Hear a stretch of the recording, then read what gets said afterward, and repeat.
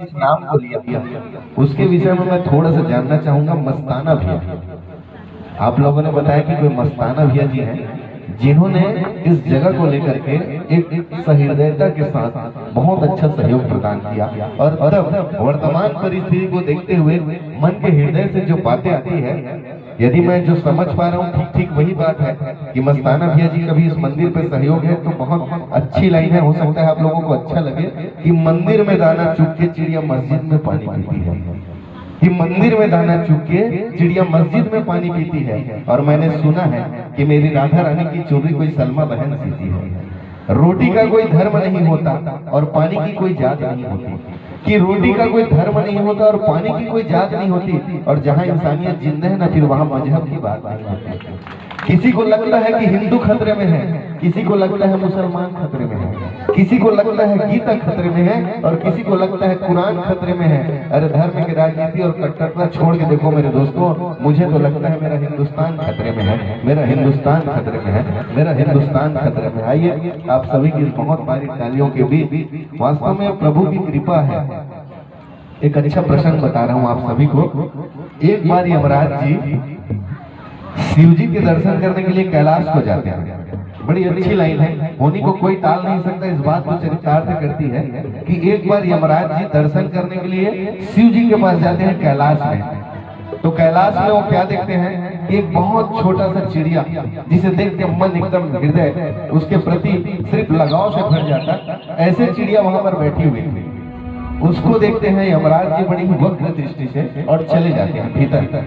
अब यमराज जी क्या सोचते हैं किसी को नहीं पता, मगर इन सारी घटनाओं को देखते रहते हैं एक बाज। उन्हें लगता है कि यमराज जी जब पर इसकी अपनी वक्र दृष्टि डाली है तो निश्चित ही इसका काल नजदीक है। मैं एक काम करता हूँ कि इसे अपनी गति से कहीं दूर ले जाता है ताकि यमराज इसे ना देख पाए। और वो पलक झपकते ही उस कैलाश स्थल से चिड़िया को उठा करके बड़ी दूर ले जाकर के छोड़ के वापस चला जाके मंद मंद मुस्कुराते रहता है।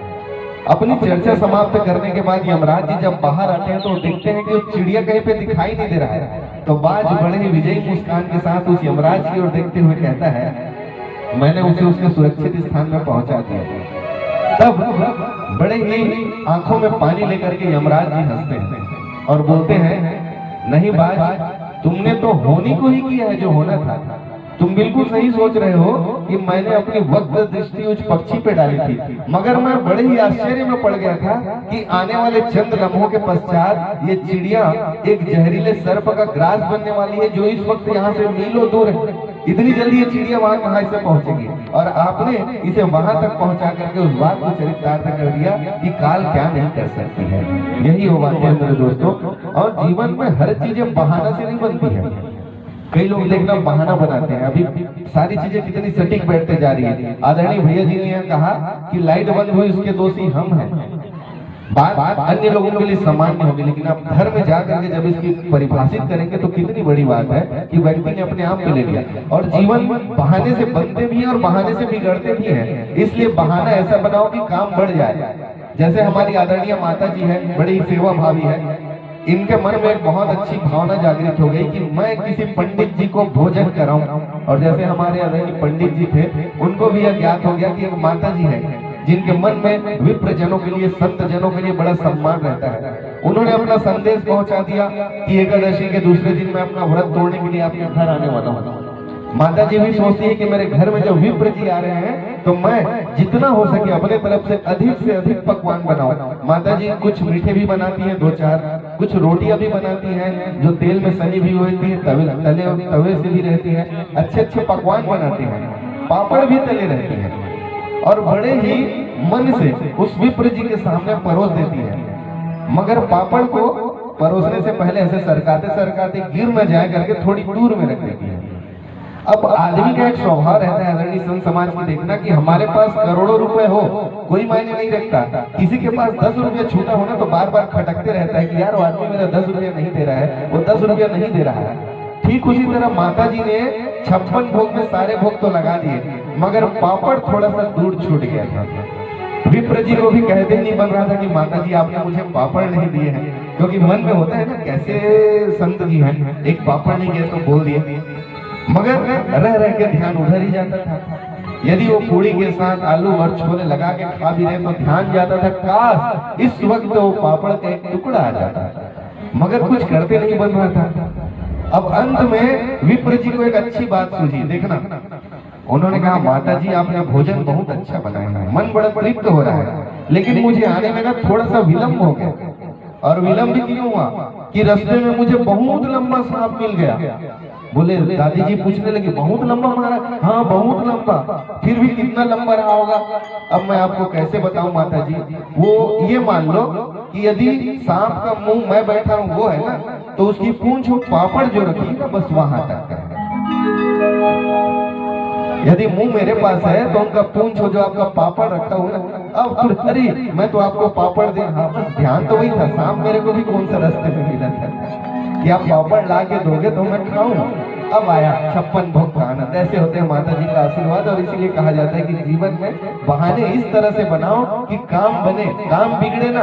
कभी कभी बहानों से काम बिगड़ भी जाता है।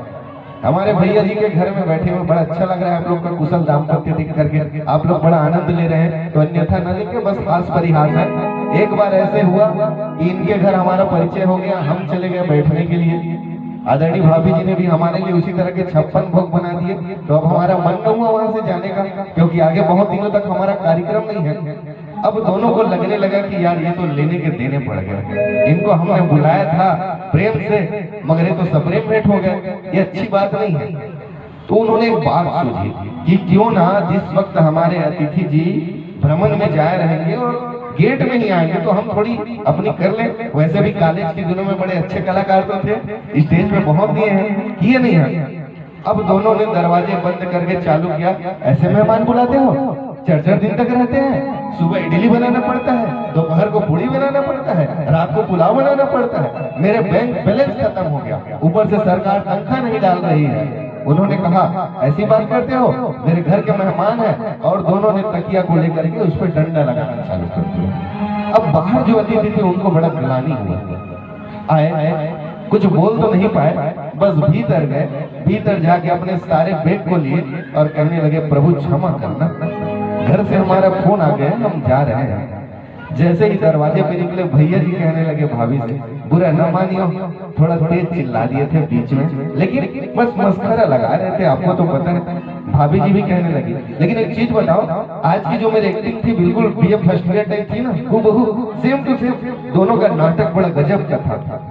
बाहर से हम जैसे अतिथि अपना बैग ला के आ गए, बोले अपनी छोड़ो हमारी बताओ, हम जो बहाने बना के 4 कदम गए थे और वापस आए वो जरा कैसा था। तो ये जीवन में बहाने वो बनाओ कि पापड़ मिले, ये ना हो कि 4 कदम जाके वापस आ जाए। अभी हमने एक बहुत अच्छी आवाज सुनी रिंकी जी की, इसकी आवाज बड़ी खूबसूरत थी। ऐसे लोगों के लिए तो हृदय से यही बात आती है कि वो स्पर्श ही क्या जिसमें अपनेपन का एहसास ना हो, कि वो स्पर्श ही क्या जिसमें अपनेपन का एहसास ना हो, और वो वादे ही क्या जिसके निभ जाने के मन में आस ना हो। अरे वो राम ही क्या, कि वो स्पर्श ही क्या जिसमें अपनेपन का एहसास ना हो, कि वो स्पर्श ही क्या जिसमें अपनेपन का एहसास ना हो, वो वादे ही क्या जिसके निभ जाने की मन में आस ना हो। अरे वो राम ही क्या जिसको जीवन में कभी वनवास ना हो, और वो कंठ ही क्या जिसमें माँ सरस्वती का वास ना हो, माँ सरस्वती का वास ना हो। ऐसे ही माँ शारदा, माँ सरस्वती के सच्चे सपूत रिंकी जी और डोमेश जी को इस वक्त हम सुन रहे थे। आइए, मॉनिटर बिल्कुल भी नहीं आ रहा है, मॉनिटर बंद बाहर आ रही है आवाज आप लोगों के सामने, आप लोग भी ताली नहीं बजाए, पता नहीं चला। चलिए ये बड़ा अच्छा लगा। आइए, धार्मिक स्थल में इसलिए कुछ उस तरह की भी और होती है सारियां, उसे हम बोल नहीं पा रहे हैं। बैटरी का है कि सेटिंग का है देख लेंगे।